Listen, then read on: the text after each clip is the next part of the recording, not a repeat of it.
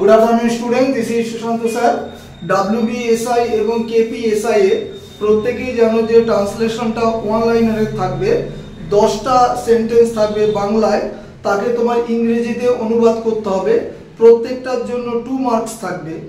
এবং দেখো এই ক্লাসটা যে এসআইদের জন্য সেটা বলবো না, উল্টো করে তুমি যদি ধরো এটা কিন্তু পিএসসি ক্লার্কশিপের একটা বঙ্গানুবাদের ক্লাসও ধরতে পারো। এবং পিএসসি ক্লার্কশিপে তোমার যে প্যাসেজ দেবে কখনোই অনলাইনে ট্রান্সলেশন নয়। তো ওভারঅল ক্লাসটা কিন্তু সকলের জন্য ইম্পর্টেন্ট।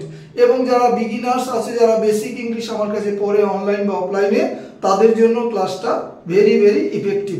চলো ক্লাস শুরু করি। কি বলেছে দেখো, প্রথমটা, শিক্ষকেরা সমাজের মেরুদণ্ড হিসাবে শ্রদ্ধার পাত্র।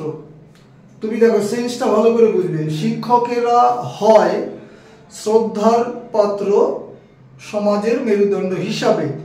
আবার শিক্ষকদের গণ্য করা হয়, রিগার্ডেড লিখতে পারো, লুকড আপন লিখতে পারো, ফ্রেজাল ভাবে লুক আপন, প্যাসিভ সেন্সে আমি লিখবো, as the backbone of society ভাবেও করা যায়। দেখো আমি কিভাবে করেছি দেখো, অনেকেই বলে যে আমি বাংলার নিচে লাইভ কখন মানে ইংলিশটা আগে থাকতে কেন লিখি, কারণ তো অবশ্যই একটা আছে, সময়টা সেভ করার জন্য।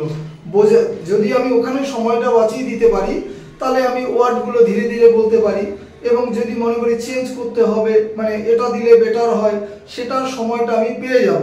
ক্লাসটা 5-6 মিনিটের মধ্যে হয়ে যায়। ঠিক আছে, দেখো কি বলেছে, সাবজেক্ট এখানে অবশ্যই শিক্ষকেরা।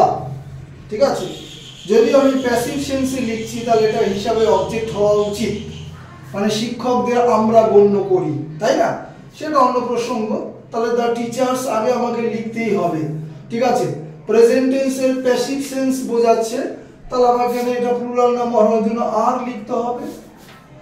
তাহলে দ্য টিচার্স আর রিগার্ডেড, মানে গণ্য করা হয়। তুমি এখানে লিখতে পারো রিগার্ডেড এর পরিবর্তে লুকড আপন, LOOKED, লুকড আপন, ফ্রেজাল ভার্বে। ঠিক আছে, তাহলে রিগার্ডেড এর পরিবর্তে লুকড আপন লেখা যেতে পারে কি হিসাবে, as the backbone of the society, সমাজের মেরুদণ্ড হিসাবে। খুব পরিচিত লাইন, বেশি ব্যাখ্যায় না গেলেও হবে। নেক্সট দেখো, তারা দেশের ভবিষ্যৎ নাগরিকদের তৈরি করেন। একটা প্যাসেজকে ভেঙে ভেঙে আমি লিখেছি, কিন্তু WBSI বা KPSI তে সেন্টেন্সগুলো কিন্তু ভিন্ন ভিন্ন থাকবে, একটু টাফ থাকবে। তো পরবর্তী ক্লাস থেকে নিশ্চয়ই আমি একটু টাফ সেন্টেন্স দেওয়ার চেষ্টা করব।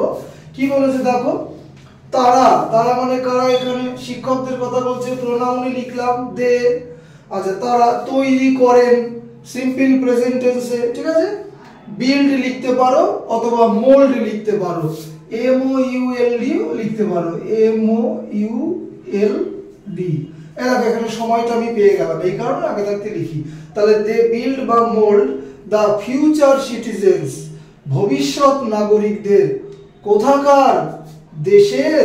তাহলে এর বোঝাতে কান্ট্রি হয়, অনেকে বলে ইন হয়, ওটা অবস্থান অর্থে। আর এর বোঝাতে এর তখন কিন্তু এর হয়, মানে তোমার অফ হবে।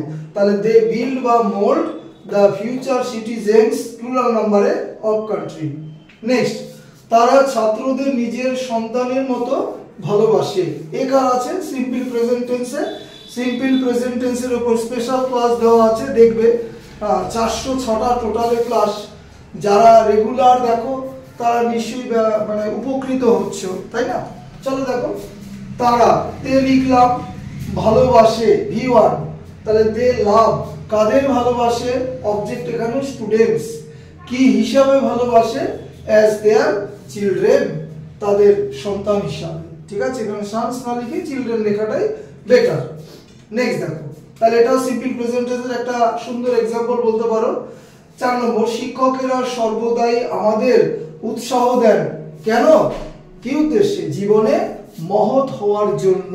তুমি এই জন্য ইংরেজি ফর ধরে থাকলে হবে না, ইনফিনিটিভ ব্যবহার করবে, সেন্টেন্স খুব সুন্দর হয়, দেখতেও ভালো লাগে, শুনতেও ভালো লাগে, বলতেও ভালো লাগে। ঠিক আছে, দেখো তাহলে দ্য টিচার্স আগে লিখলাম, একটা অ্যাডভার্ব দিলাম অলওয়েজ, সর্বদাই। এনকারেজ করে। এখানে তুমি এনকারেজের পরিবর্তে ইন্সপায়ারও লিখতে পারো, ইন্সপায়ার, ঠিক আছে, INSPIR।